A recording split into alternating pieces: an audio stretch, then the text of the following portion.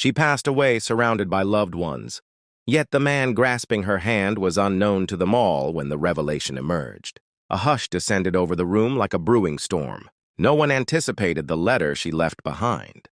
The hospital room remained filled with the low hum of machines, and rays of sunlight streamed through the half-drawn curtains, gently dancing across the linoleum floor. Flowers adorned the windowsill, a collection sent by colleagues, neighbors, family, and friends. They infused the air with fragrance, seemingly trying to conceal the presence of death at Claire's bedside. By her side stood a man with gentle eyes and weary shoulders. Michael's fingers were softly curled around hers, his thumb delicately tracing the back of her hand. He appeared to have gone days without sleep, yet his face bore no signs of complaint, only unwavering devotion. His gaze remained fixed ahead, never straying to the others in the room. He didn't flinch when Claire's brother coughed awkwardly by the door or when her mother dabbed her eyes with a tissue, refusing to look at him. He continued to speak softly to the woman he adored, even though she no longer responded. "You were brave," he whispered, "even when they didn't understand you, especially then." Across the room, Claire's family sat rigidly in chairs brought in by the nurses. Her mother, Eleanor, was adorned with pearls and wore a tightly wound bun that hadn't shifted since the 80s, her posture immaculate, her face pale yet inscrutable. The only moment she displayed any emotion was when she glanced at the man by her daughter. Then her lips pressed together as she turned her gaze away. Her father stood by the window, arms crossed, watching the cars move through the parking lot, as though one might carry him away from this moment. A nurse entered to check the IV, nodding politely at Michael. "Mr. Alice, let us know if you require anything." Claire's mother's eyes narrowed. "Alice," she repeated under her breath. Michael noticed, yet again he did not react, his wedding ring shimmering gently as he brushed a stray lock of hair from Claire's forehead. He hadn't removed it since that day in the courthouse, 7 years prior when they exchanged vows. She wore hers too, though most people rarely noticed it. But today the light caught it perfectly.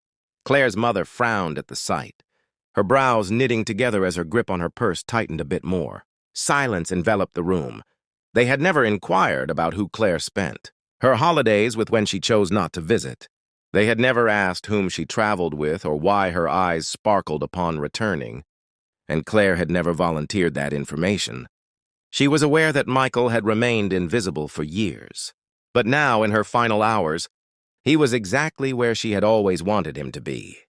Right, beside her and fully visible, even if they still did not see him, even if they never would. He bent closer, gently pressing his forehead against hers. "You never needed their approval," he murmured, "and you never sought it." The heart monitor continued to beep steadily, yet something in the atmosphere shifted, the tension thickening as a cousin cleared her throat. Someone checked their watch, but Michael remained unconcerned, for no matter how many people occupied that room, none of them understood the way Claire smiled in the morning. None had held her through the darkest moments of her illness, nor had any heard her laughter in the darkness, when the power went out and they lit candles together. None of them understood her like he did, so he remained quietly present, unquestionable, even though her family chose to avert their gazes. Michael sat silently beside Claire's hospital bed, the soft whir of the machines serving as a dull backdrop to the memories. He never sought, but that flooded, back nonetheless. His gaze lingered on the well-worn leather bag tucked beneath the hospital bed, where the edge of a photo frame peeked out, a captured moment, visible through the glass, of Claire, sun-kissed and laughing, with her head resting on his shoulder as waves crashed behind them. Their anniversary getaway to Myrtle Beach, the one place where she didn't have to conceal herself. Yet hiding had been their truth from the start. He recalled the day they exchanged vows. It hadn't taken place in a grand hall or with family present. It was just the two of them, standing hand in hand in a quiet county courthouse. Claire donned a soft blue dress and wore a nervous grin, while Michael sported his finest suit, one he had tailored years ago for a job interview.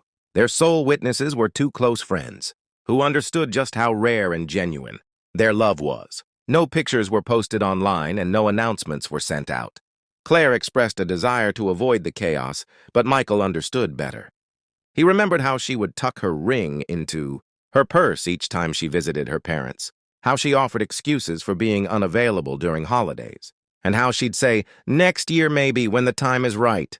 He accepted it, not out of weakness but out of love. On Christmas Eve, while she went off to her family dinner, Michael stayed behind to prepare her favorite soup for her return. Hours later, she came back with smudged makeup and red eyes, declaring it wasn't the right time.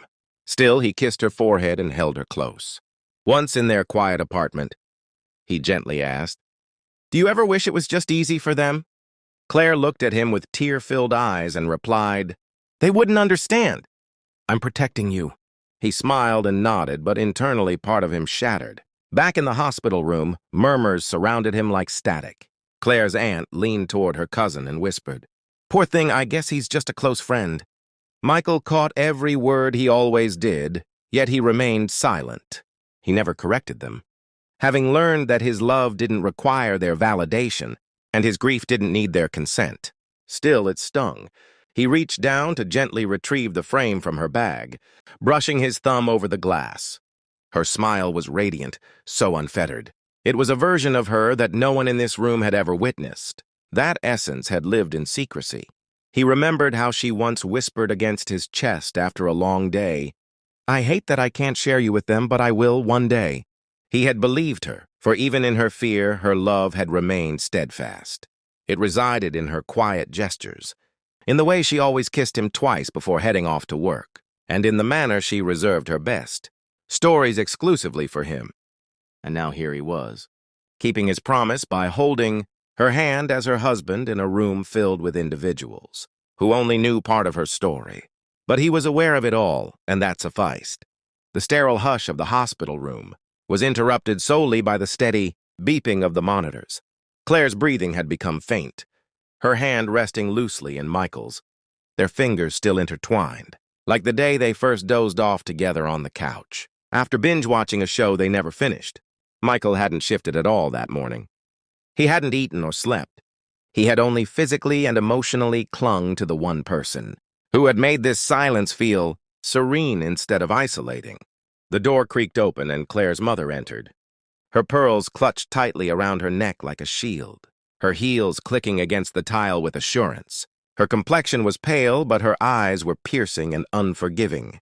Behind her, a young priest followed timidly, carrying a Bible and murmuring about blessings. Margaret ignored Michael and walked directly to the bedside, turning to the priest. "She would want a final prayer," she said briskly, then shot a pointed look at Michael. "He can wait outside." Michael remained still. He had no intention of leaving. Margaret moved closer, her tone sharpening. "This is a family moment." Before Michael could respond, a calm but steady voice intervened from the doorway. She asked for him to be here. A nurse said, her badge reading S. Rios, RN. "He's not just here as a visitor." Margaret bristled. "He's not family, he—" The nurse stepped further into the room, gently placing a hand on the priest's arm to halt the ritual. "He is, legally. He's listed as her husband in her advanced directive and medical records." Michael remained silent, reaching into his coat pocket to retrieve a small, crumpled folder. The beige paper was slightly curled at the edges. He opened it carefully, turning it toward the light. Claire's signature was unmistakable above the printed words. "Next of kin, Michael Joseph Carter, spouse." The priest blinked, puzzled, while the nurse offered a knowing nod. Claire's mother stared at the document, frozen in place. Her lips parted, but no words came out.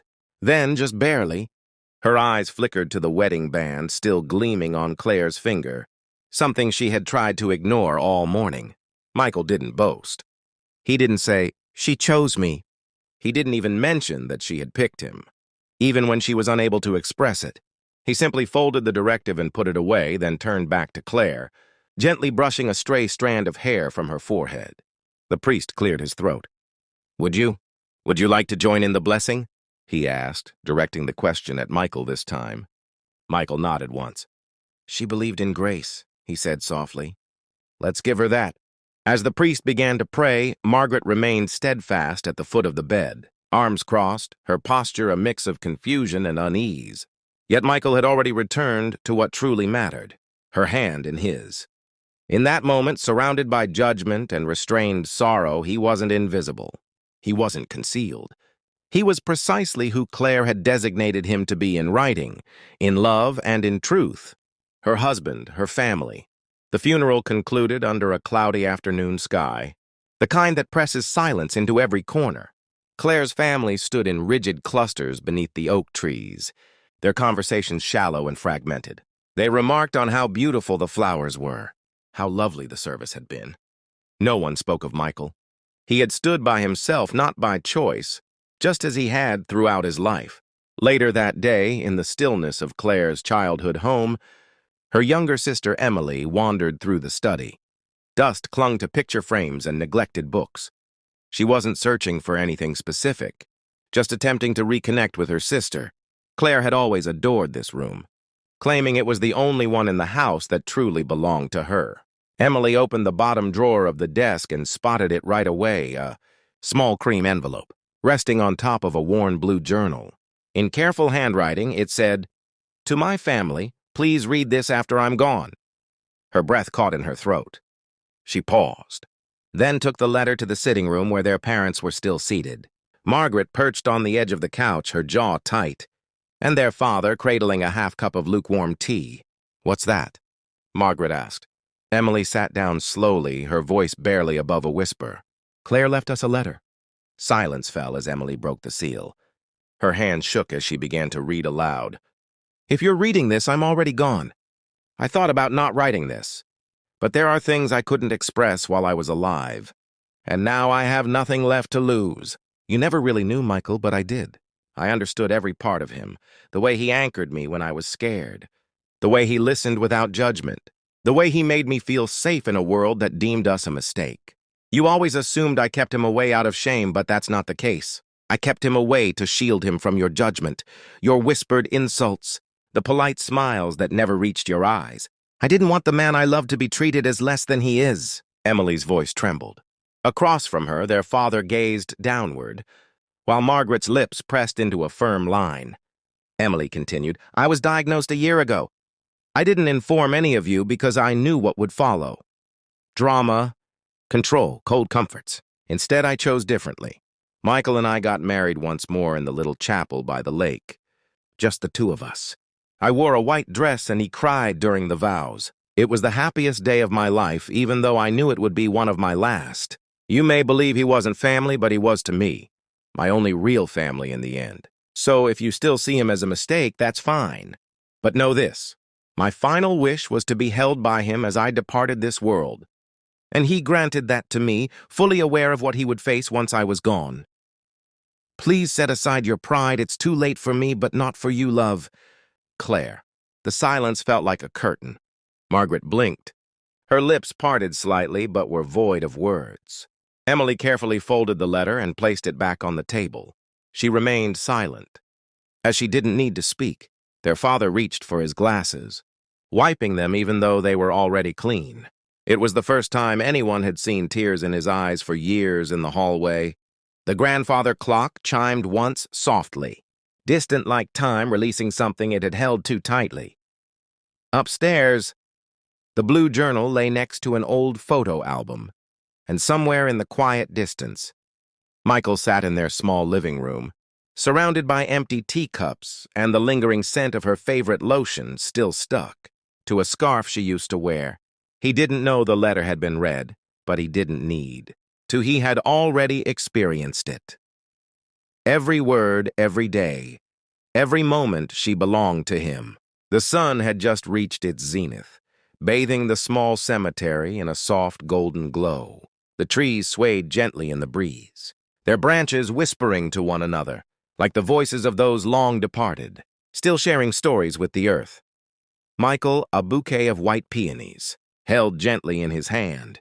He didn't hurry, he never did when it came to her Claire's.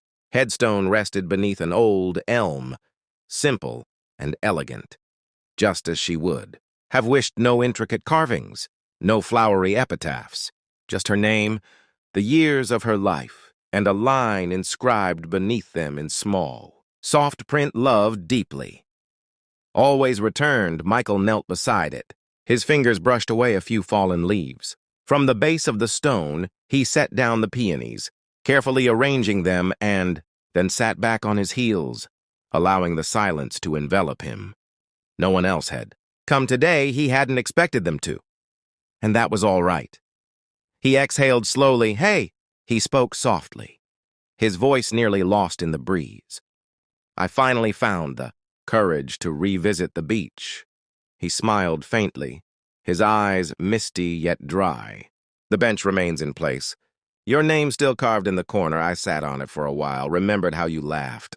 When I first told you the water was too cold, but you jumped in anyway. Pause. He dropped. His head. They didn't need to know me, he murmured. You did, and that was sufficient. The wind picked up slightly, pulling at his coat. He reached into his pocket and pulled out a small photo, one of the few they had taken together. One she had insisted on printing her in. A straw hat, him squinting against the sun, both laughing mid-shot. He placed it next. To the flowers, wait, down with a smooth stone. Behind him, a car door closed quietly. Unnoted by Michael, a young nurse from the hospital had been passing. By returning from her own visit to the nearby plot of a grandparent, she paused when she saw him, a tall black man kneeling alone. Not in grief exactly, but in something more profound, something gentler, she observed. Hand on her chest, the way his shoulders remained steady, the way his quietness felt full of presence instead of absence. And then something changed. She grasped her phone and called Dad. She spoke gently. No, everything's fine. I wanted to let you know I love you. Michael stood up, cleared the dirt from his knees, and gazed at the sky. The sun had fully emerged through the trees now, showering light over Claire's headstone like a blessing. He offered a slight nod, as if acknowledging someone standing next to him, and then he turned and strolled back down the gravel path, slow, steady, his footsteps echoing softly against the stones, carrying with them not only sorrow, but tranquility. Sometimes love doesn't require an audience. It doesn't don formal attire for validation. It doesn't await permission to flourish. It simply needs honesty. And when the world shuts its eyes, love continues to arrive anyway. Under a broad canopy of summer leaves, Claire's grave lies in serene dignity. The breeze stirs softly, gliding past her headstone like a whispered memory. Just beside it, nestled in the grass, lies a single wedding photo. Frayed at the edges but vivid at the center, Claire and Michael with their arms around each other, grinning so broadly you could almost hear their laughter. Through the image, the sun hits the photo at just the right angle. A glow dances across it, soft and golden, like the universe itself tipping its hat to what it observed but never interrupted in the background. The wind caresses, the trees rustling their leaves like a lullaby.